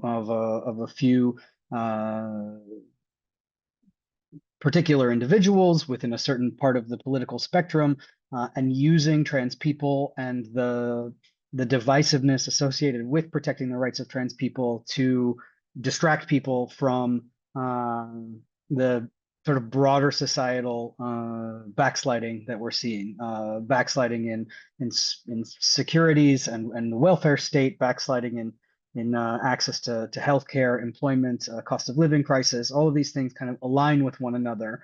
But because when you look at the sort of overall population of trans people in the world, compared to the general population, we're a quite small percentage of the population, and it's easy to use that smallness and lack of political power within the trans movement itself to distract people. And I think there's something sort of fundamentally frightening for a lot of non-trans people about the idea of trans people. One component, though perhaps not the entirety of that, is that trans people question something that the vast majority of the population presumes to be true about themselves without ever sort of going through a process of questioning, and being introduced to the idea that one could question not only one's identity, but even one's gender is frightening on a relatively fundamental level. And so rather than be confronted with this is a construction that we've all decided we're going to participate in, and do I actually identify in this way? Is this the kind of person I would be given the choice? Rather than deal with that quite unsettling question, it's easier to see this group of people as a threat, and the right, in even now the center left, take advantage of that potential threat as a way to mobilize the middle and the right of the voting bloc. Thank you, Kenan. Sarah? Thank you so much. And yes, thanks to Chris for the interventions. I also would love to say that these trends are not showing up in Europe, but now or before Trump's second time in office, but that is, of course, not the case. I would just like to reflect on maybe 2 points of what Chris said, specifically the experiences and the particular intersectional experiences of trans people of color, queer people of color, and racialized people from the LGBTI community, which is showing up in the US. The second being also experiences of surveillance, discrimination, particularly at the hands of law enforcement and state actors, state violence, essentially. So Equinox is specifically an organization that works at the intersection between racial justice, feminism, and LGBTI rights. We reflect on that whilst most of the official discourse faced by LGBTI, or on discrimination faced by LGBTI people, often focuses on this broad range of areas where we see access to rights and services need to be improved. Often the experiences of the LGBTI community with state actors, specifically state violence, is overlooked in these discussions. So specifically here, I'm talking about our experiences of treatment with the police, the migration authorities. Why is that important in a time of a global backlash as we see increased far-right actors come into government, gain power, gain control of the military, the security services, the police, the migration authority? These trends of negative discriminatory treatment and also disproportionate exposure to death are going to become more likely. And so what do we do in this context? Specifically, I think one thing that we need to look at is that this global backlash on LGBTI rights really does implore us to look deeper into the issue of state and institutional violence, and also not in a separate way. So not looking at the anti-gender movement, not looking at backlash of LGBTI rights in a way that is divorced from a political discourse which backlashes on migration also, but also one that encourages increased securitization of our social systems, increased spending to the police, the military, and migration control, increased resort to more borders, more police, more walls, more surveillance technology as a solution to social problems, as opposed to increasing protection for all types of marginalized communities. That's something we see in extreme extent to the US, but is very much part and parcel of the EU's security playbook, and has been in motion very much before we had a rising proportion of the European Parliament on the far right of the political spectrum. We refer to this as a trend of securitization and criminalization, and we're really very much asking for people in governments and institutions, but also into society, to consider securitization as an issue for LGBTI rights, not just as an issue of racial justice or anti-migration sentiment. What do I mean by securitization? I think it's very much everything that Chris mentioned. So increased public spending, policies, legal frameworks going to the police and migration control will mean more and more surveillance of trans people, will mean more and more migrants who are members of the queer community in detention centers facing poor treatment, and meaning more and more queer people of color in prisons. And our argument and our vision of liberation is not that we have better treatment in prisons. But why are we using prisons, policing, migration control as a solution to protection problems, to social problems? Here, I think we see a little bit of the challenge of using discrimination frameworks as the only way to characterize our experience of harm and discrimination. Actually, often discrimination, anti-discrimination frameworks require for the harm to be done, and then the solutions to be fought for after in the courts.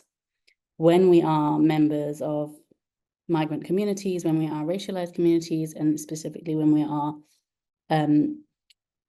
discriminated against due to various gender identities, we often do not get that chance to seek the justice that we have to see. So we need to explore other ways of political liberation beyond waiting for discrimination to happen.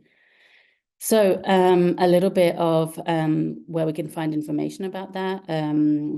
Last year, ILGA Europe and Equinet published a study on the experiences of racialized people, members of the LGBTI community, and migrants that are members of the LGBTI community. One of the main takeaways from that study was that explicitly experiences of discrimination at the hands of the police and migration control were specifically important for migrants and members of the LGBTI community, as were they racialized people, so non-migrants, but people of color.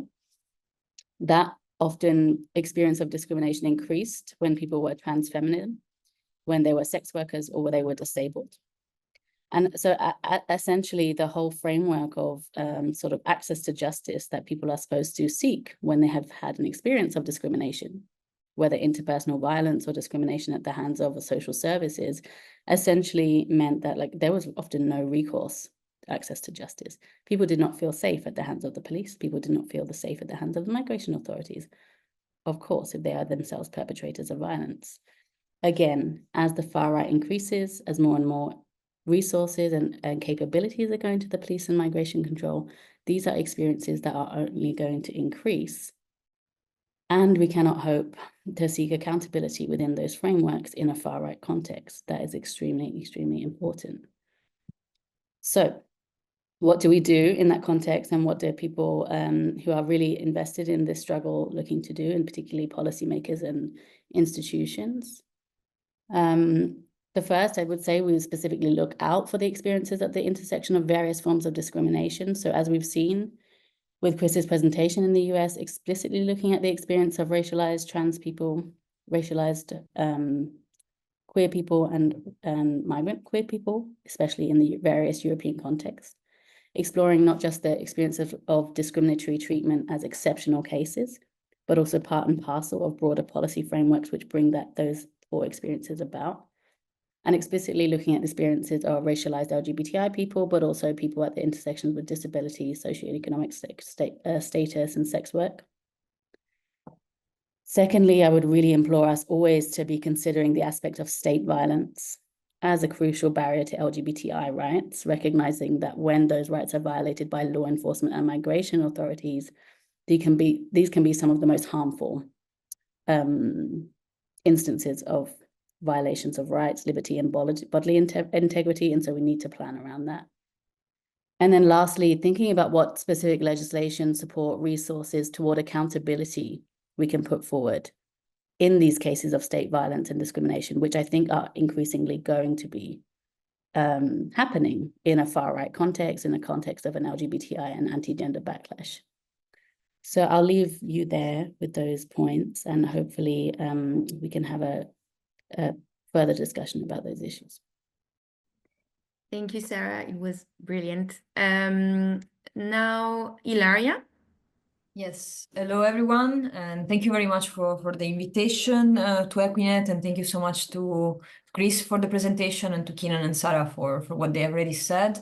I'm not going to repeat. I will just, I agree with all the things that the colleagues just mentioned. I just want to also maybe put the focus on another issue, which comes from the Trump victory, which is the fact that the start of the Trump presidency, the actions he took since he's been in office, have also kind of strengthened the narrative, emboldened the far-right movements in Europe, which were already very much active and very much winning different battles, as Keenan mentioned and Sarah pointed out. So it's not that the European far-right anti-gender movement started with Trump. It's just that Trump victory has emboldened them. That's something that we are noticing. And it has also emboldened a certain type of narrative of, we will win this. We are in the winning side now. We have now a big actor geopolitically and financially that can strengthen our position. So we need to keep in mind that we are now in a political environment that is anyway changed by the fact that Trump is in the presidency of the US and has started to create this idea that is now put the US very firmly and very clearly in the anti-gender side of the geopolitical spectrum. So it's very clear that this is going to have an impact on different issue at different levels. And one element which I think is important, it has been mentioned, and I wanted to say it again, it's again this issue of the fact that this is not the attack on LGBTI people is not an attack on minorities. It's actually an attack on democracy. We are seeing that in several countries, also in Europe, the fact that a EU country is now banning a Pride March, as in the case of Hungary, it's something that was unheard of for a long time in the EU. The fact that now it is possible to do that without major consequences for the government that is doing it, it's really a sign of how far this has gone already in terms of the freedom of expression and the freedom of assembly. Here we are not speaking about civil rights, or we are not speaking about the right to have a family, the right to self-identify. We are not speaking about rights that can be considered new generation right, as sometimes they are referred to in legal discussions. Here we are speaking about 19th century rights. We are really speaking about the basics, the minimum rights of democracy, which are now totally in question. And I think that this is something that it was always in the playbook, let's put it like that, but it's now being implemented very clearly. And we've seen it in Hungary, as Keenan mentioned, we've seen it in Russia for a long time now. We've seen in Italy. So where again, and that's where Sarah's intervention is especially relevant, where this linked with also racist and anti-migrant narrative is very important. So it's very clear that these attacks are not attacks that will impact only a minority. It will not only impact the trans or the LGBTI community. They will slowly start to erode rights broadly in society. Once you start to eliminate or to exclude some people from the enjoyment of rights, it becomes easier to erode those rights for everyone. And so it's very important that we don't forget that this is the final, I mean, that's the end game. That's where this political objective is pointing at. And we need to be careful at making sure that when we talk with our allies and when we have a role, especially, for example, in the case of this audience, people in working in equality bodies, that we are focusing on the fact that these are not just a minority issue. It's not just because we are the minority that we are attacked. Being the minority is just the instrument to then going and attacking the majority of us and the society as a whole, and the way in which liberal democracy have worked since now in our countries. I wanted to say one more thing, which is the issue of funding for NGO and in general the demonization of NGO. This is also something which has been very much linked with Trump actions, especially Trump action outside of the US, destruction of USAID, the cancellation of US grants in the world has had huge impact on the public participation of LGBTI people, women, and other minorities in the public life, because US was a huge funder in this context, and is now that funding has not disappeared.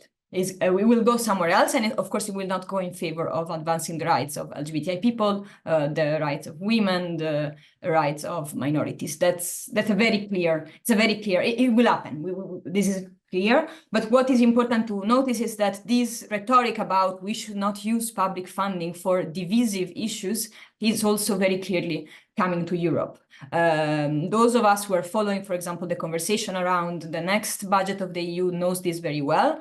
In other countries, like in Germany, this was also part of the actions taken by the CDU, so the majority party in the German parliament right now. So there is clearly an attack on civil society in the sense of let's make sure that they will not have sustainable funding available to them, which of course, again, is not an issue because we are a minority. It's again an issue related with who is able or not to publicly participate in the life of the society, who can access policymakers, who can access decision makers. And of course, without funding, without money, civil society, especially those of us who work with marginalized part of society, including the LGBTI community, including migrant and people of color, will have less access to those spaces, which will restrict then the access to those spaces to those that can afford it, that have the money to support the kind of work that is needed in order to influence policy. And these attacks are, this is again in line with the idea that we are not just attacking minorities, we are, through the attacks of minority, we are really attacking the system and the structure that has allowed for the protection of some human rights in our society until now. So it's much broader than just us, but it's clear that in a way we are the canary in the coal mine, and that will, of course, then, as Chris mentioned very well, will expand. We just don't know when, but it's clear that it will not only be our divisive issues who will be used to restrict democracy and restrict access to decision making. So that's it. That's more or less what I wanted to say. And of course, when we talk about divisiveness, the issue of what is a woman, it's a major issue in the discussion that we're seeing in Europe. I also think this is something that, again, it's not about the issue themselves. It's just a way to enter into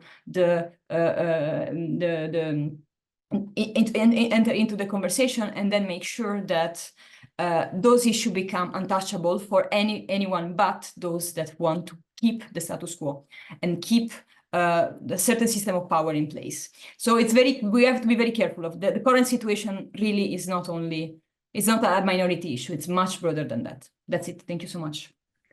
Thank you, Ilaria, and thank you everyone for really showing that this is not just a question of attacking trans rights or LGBTIQ rights. It's broader than that, and it's linked to a broader political and worrying political context. We don't have much time, but I want to ask one last question to everyone. I want to ask one question to you, Chris, on how can allies and civil society in Europe show meaningful support for the LGBTIQ+ movement in the US and in particular the trans communities. And for Keenan, Sarah, and Ilaria, if you have one last word that you want to share, and potentially also on the role of equality bodies, that would be wonderful. Yeah, we want to keep it short, but we also want to give you time to express yourself. So please go ahead, and we start with Chris. Yes, thank you so much. I think it becomes more difficult in the US because while we participate in global life, we are less willing to hold ourselves accountable to other countries and to our global partners and obligations. So that makes it very difficult for other countries to hold us accountable as well. But I would say that would be, when I think about the path ahead, the first thing I think about is utilization of any any global bodies and pathways that are available to hold the US accountable to obligations that we have made and treaties that we have signed that we don't always do a very good job of honoring. I also think our government right now has been very focused on trade and very focused on tariffs, and very focused on our standing in terms of the economy. And I think that ways that can put pressure on our government, maybe coercive pressure as opposed to punitive pressure, that will encourage us to give way on some of these social issues that we're really using as a wedge to get what we want, as opposed to the things that the regime is truly their goals are and that they care about, would be helpful. I also think as we move further through this fight and we slide further away from our constitution and our democracy, things like preserving resources. Our government has immediately, when Trump took power, started removing government data and information, removing academic reports, journals, research, and history. And so all of those pages that have been put out by our government and are maintained by our government, our organizations and private organizations and nonprofits in the US have been working to try to preserve those and archive those. So preserving, archiving that kind of information, making it accessible in this day where our information moguls and our tech moguls are so deeply intertwined and in the pockets of our government, making sure that the US populace still has access to that. And I think having access to information in general. Americans are in some ways very ignorant, especially of the alternatives. There is an acceptance, for instance, of our medical system because of an ignorance that other systems and other possibilities exist, and an ignorance of what that might look like when we try a different system other than what we've been told is always the best system in the world, or the most important way to do it, or the only way that preserves our freedom. And so I think when people see real alternatives, they're less likely to accept what the government has been telling them. So being able to see the way rights and democracy can be preserved in other countries, and the ways that other countries don't tolerate restrictions of their rights for preservations of their safety and of their way of life, can be very helpful for getting people to see that meaningful alternative. And as we slide further and further, a lot of my community has been talking about safety plans, has been talking about what is that last opportunity where they know they need to leave. And that's where I think, especially for our most vulnerable populations, when we talk about being part of global society, when we talk about immigration, when we talk about criminalization, will your government be willing to look at their processes for travel? Will they be willing to look at how people from the US who are part of our community might be able to seek asylum or might be able to leave our country, and how that's facilitated, and recognizing ways that might work for us, because we in the US are still trying to figure out the balance between being a safer refuge for people from some countries and then being persecuted in our country and needing to seek safety elsewhere. So there are a lot of ways in which the US has just been unprepared. So giving us the benefit of that support. And I know it seems very hypocritical, especially in a time in the US, because of our rugged individualism, there is such a reflexive instinct to withdraw. There's an instinct to, in times of scarcity, to hoard the resources we have, to focus only on ourselves. And a lot of organizations have been contracting from their global work and focusing only on the US.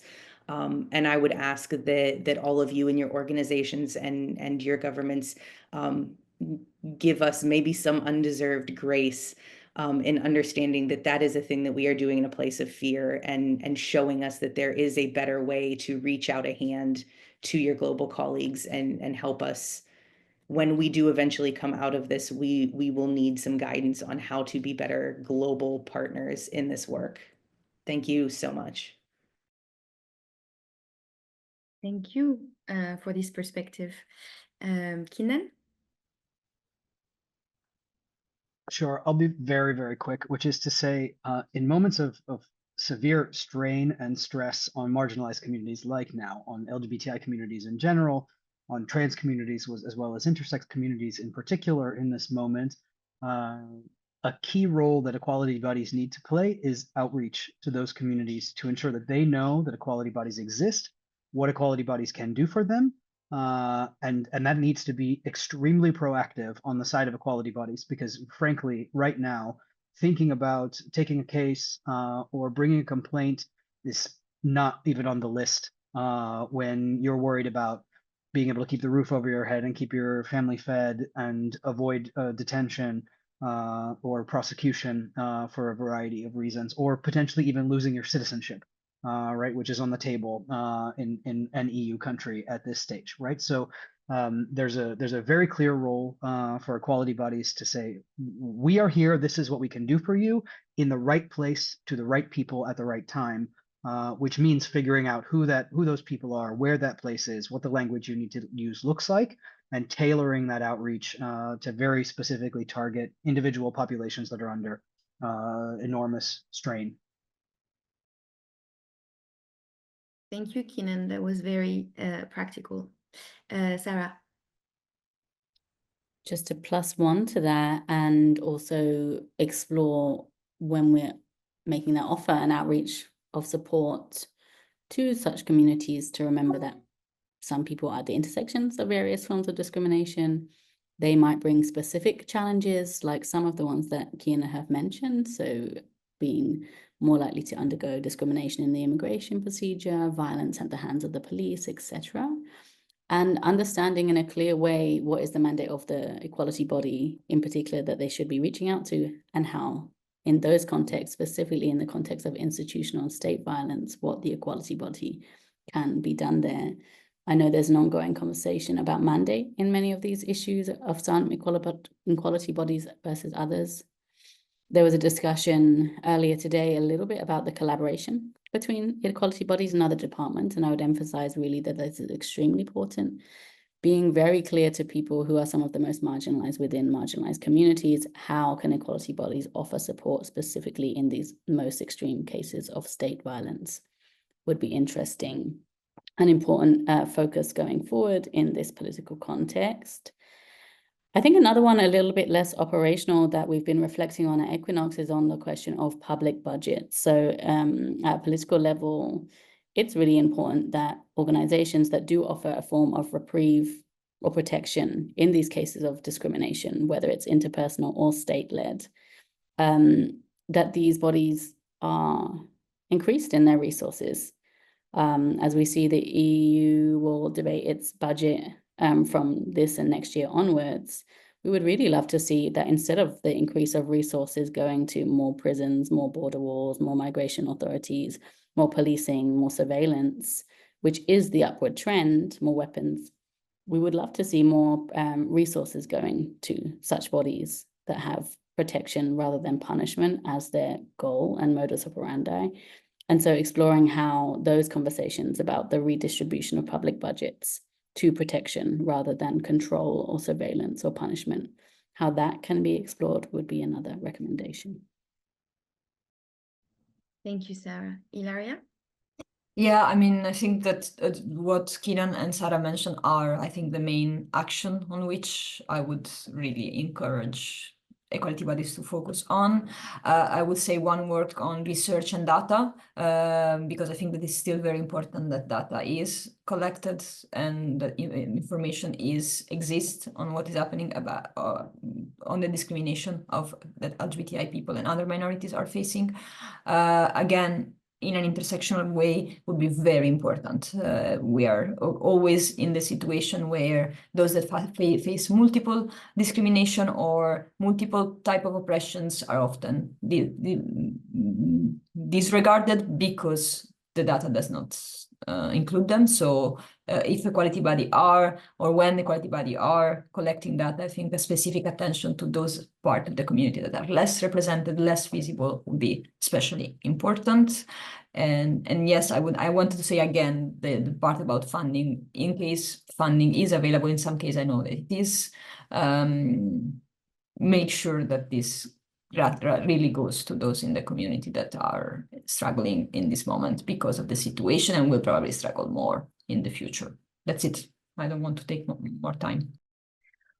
Well, thank you, everyone. It was a brilliant panel. I think we heard a lot, and it was an intense reflection of also the state of the world and the Europe and the United States.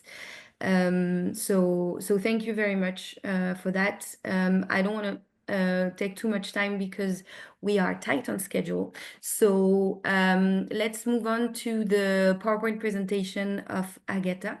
And I'll give the floor to, I think I can give the floor to Agatha directly, if that's fine. Go ahead, Agatha.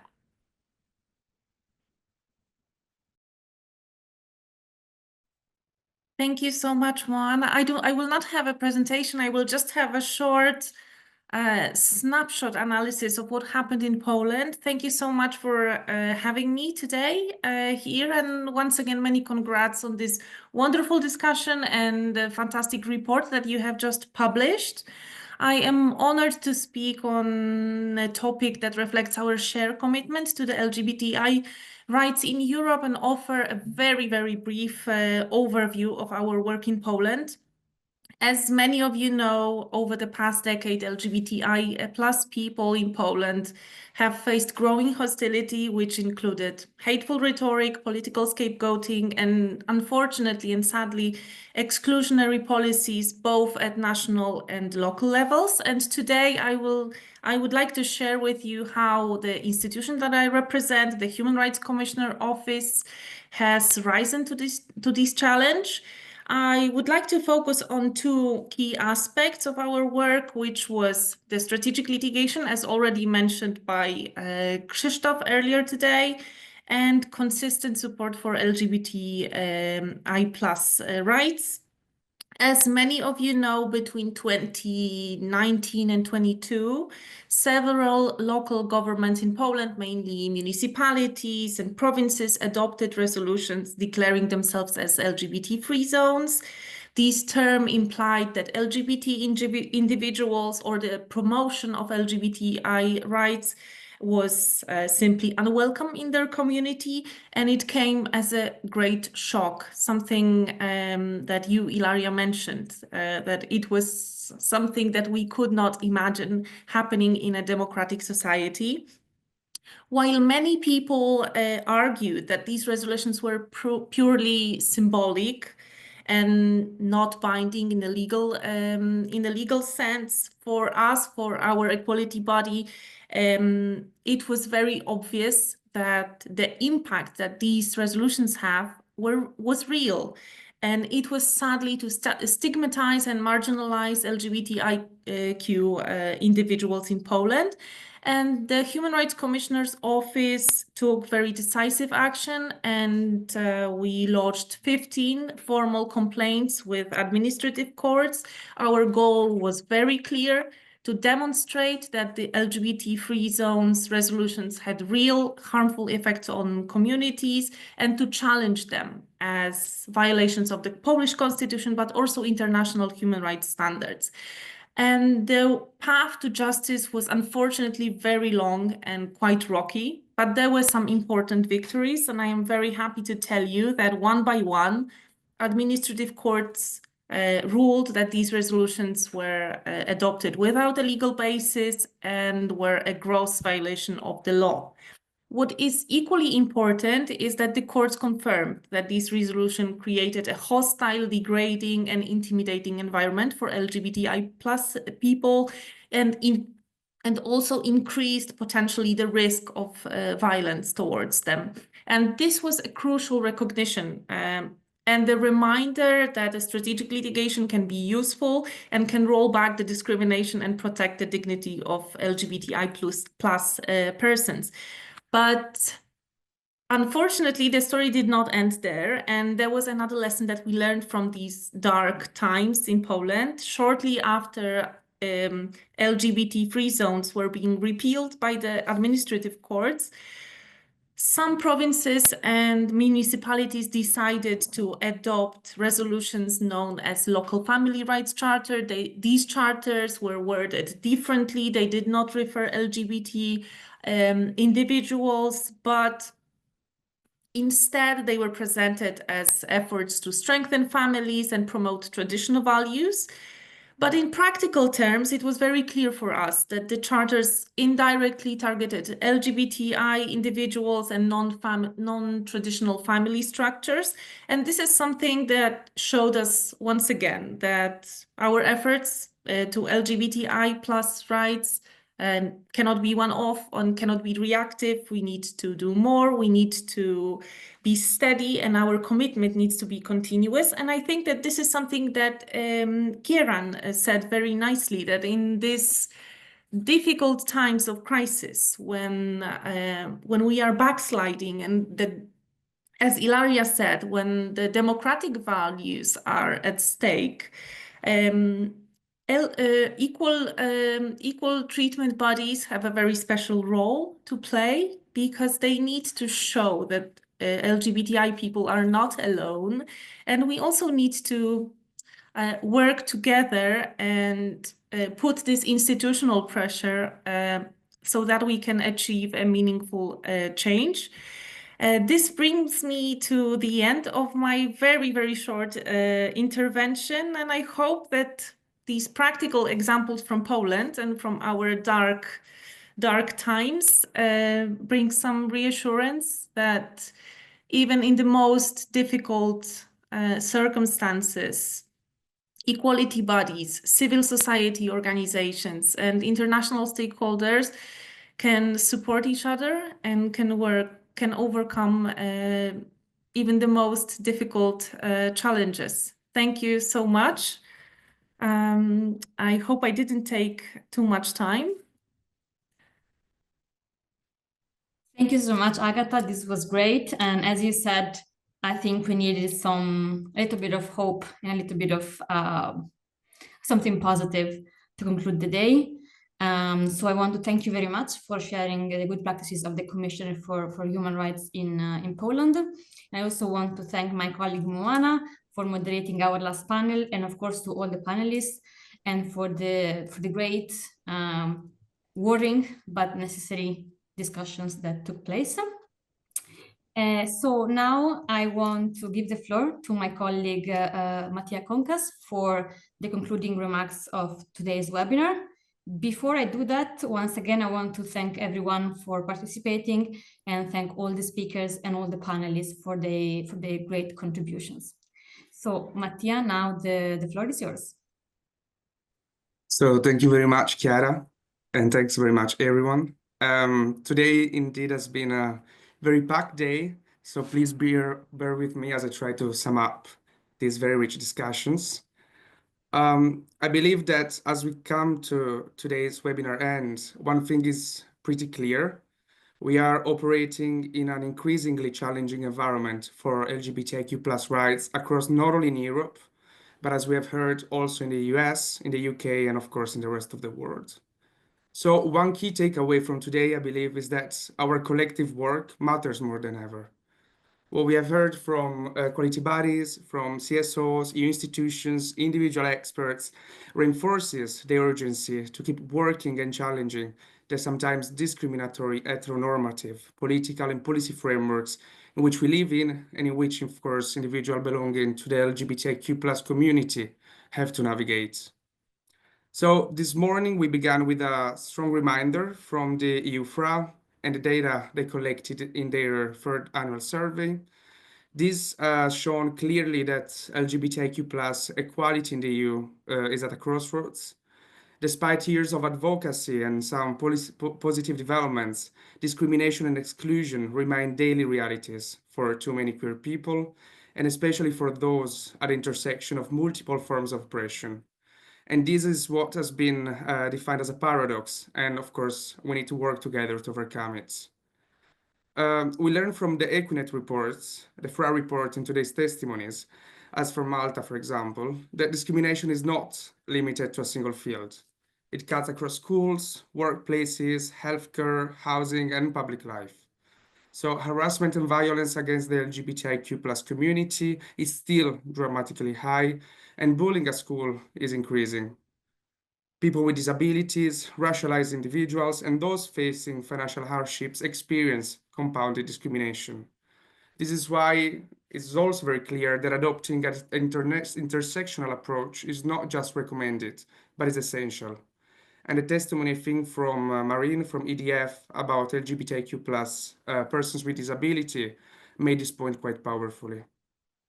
So in this context emerged that the role of equality bodies is both crucial and needed. Colleagues from across Europe have shared how equality bodies act as frontline defenders. They receive complaints, engage in strategic litigations, raise awareness, collect data, and very importantly, they build alliances.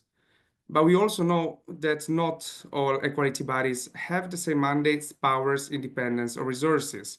And as we shared at the beginning also of today's sessions, Standards Directive passed last year offer an opportunity to harmonize and strengthen the equality bodies mandates, which would in turn increase the available protection for the LGBTIQ+ community. In the second session, we zoomed on standards and on the role of the legal and policy frameworks. So, for example, we zoomed into the court judgments and how the case law has a real impact on people's lives. The testimonies from the European Commission reminded us also of the EU importance and the EU's political commitments and tools in this regard, including, for example, the EU LGBTI strategy. But we are not there yet. Much remains to be done to go beyond the limited protection available in the existing EU legal framework. And this, as has been rightly said, includes the future also of the Equal Treatment Horizontal Directive, which has been addressed by several panelists, including also from the colleague at the European Parliament who is discussing this as we talk. So while sometimes the LGBTIQ+ community is portrayed in common discourses as a homogeneous one, today's reflections also put a spotlight on specific challenges faced by trans and intersex people. Reports and testimonies have shown how they face the highest percentage of multiple and severe forms of discrimination, such as lack of legal gender recognition, IGM, and persistent invisibility in policies and political frameworks. We've also heard, for example, from the Belgian, the Croatian, and Lithuanian colleagues, how equality bodies can improve the status quo and support in making these groups more visible. In the afternoon, in the last session, we focused, as you know, on practical responses in ensuring resistance to increasingly hostile environments where hate speech and violence against the LGBTI+ community is normalized. We heard, for example, how in Poland, right now, the commissioner successfully took legal action against resolutions addressing the community as non-welcomed. In Slovakia, we have heard about the rise of hate speech from political profiles on digital platforms such as Facebook, and the role of the equality body in addressing it. We also touched upon international backlash against the LGBTI+ community, including in the US, where trans, intersex, and non-binary people especially have been increasingly scapegoated and criminalized in the current laws and policies, redefine what gender is. These global developments remind us of the importance of solidarity and of resilience across borders, as this backlash, as we've heard, is also linked with global trends of securitization and of increased surveillance. So looking ahead, some of the key messages that we will bring with us to shape our joint work include, besides, of course, a clear need to increase existing legal protection, is that we must build and strengthen alliances, not just among the usual suspects, such as equality bodies and CSOs, but of course with public authorities, trade unions, ministries, media authorities, we have mentioned quite a lot, labor inspectorates, law enforcement authorities, EU actors, and other regional and international institutions. We must build the capacity of all stakeholders, and equality bodies have shown how they are key actors in doing so in their role as facilitators and as bridge builders. In this, cooperation must be central. The Standard Directive, as we have already heard, encourages greater collaboration between equality bodies and public and private actors. Example that we have heard in the fourth session from the Portuguese equality body shows, for example, how this works in practice. Partnership with other stakeholders, such as law enforcement and educational institutions, are already creating more inclusive systems. We must work together to restore trust in institutions, including in equality bodies, national authorities, and EU institutions, and to continue to build safe spaces to report discrimination. We have heard that while equality bodies engage in meaningful work, the lack of trust from the community on these bodies and the belief that reporting would not lead to any change is an alarming, long-standing trend that needs to be reversed. Sorry. Before closing, I would like to thank all the panelists who contributed with their time, with their knowledge, and their lived experiences today. Thanks also to all the participants for your thoughtful questions and for your engagement. A special thank to my colleague Chiara, who coordinated the Equinet report, and to Marta, Moana, and Tamas for hosting both the morning and afternoon sessions. Before leaving, I would like to encourage you once again to explore the report of Equinet, as it's full of indeed valuable information, analysis, and hopefully also inspirations for the road ahead. So thank you very much for your participation, and see you all very, very soon. Thank you.